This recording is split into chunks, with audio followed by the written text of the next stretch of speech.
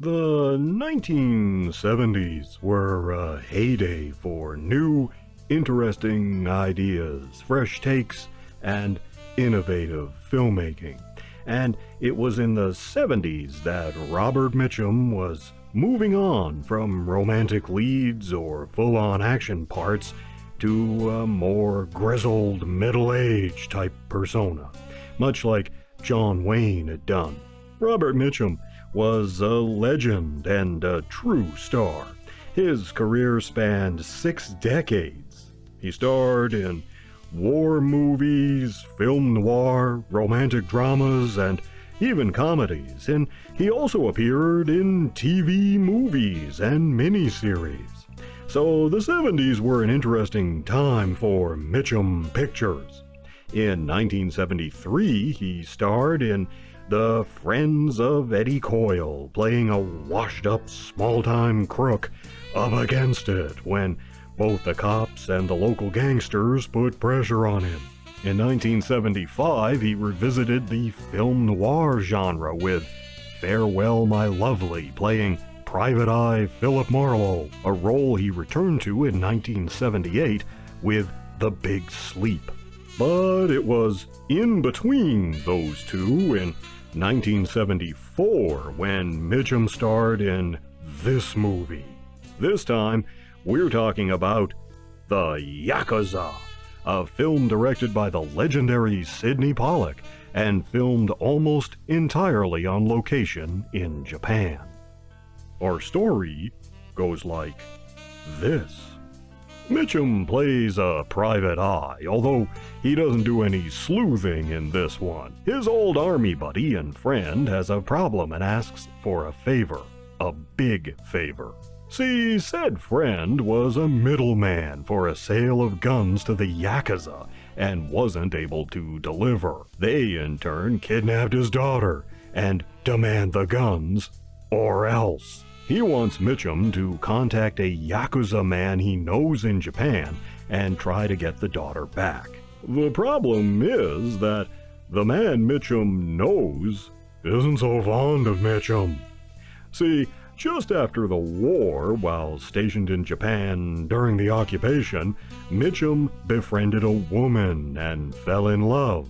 He pretty much saved her from having to go on the streets, if you know what I mean.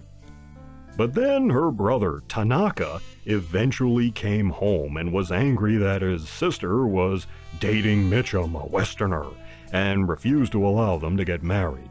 The girl obeys because Japan and family and honor and stuff like that.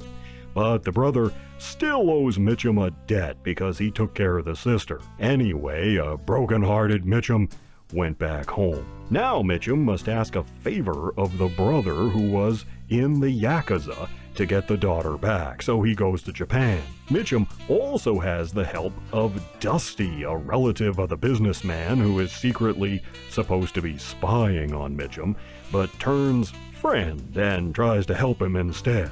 Mitchum also has the help of a former army buddy from back in the day who gives Mitchum weapons and a base of operations. Unfortunately, it turns out that the brother isn't in the Yakuza anymore, but he helps Mitchum anyway because of the debt. The stakes are raised again and again as now the Yakuza are after Tanaka and his family for helping Mitchum and turning against them.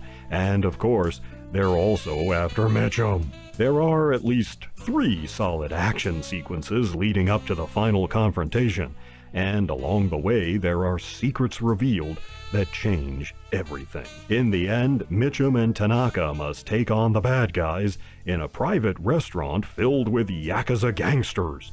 And while Tanaka handles the swordplay, Mitchum handles the gunplay.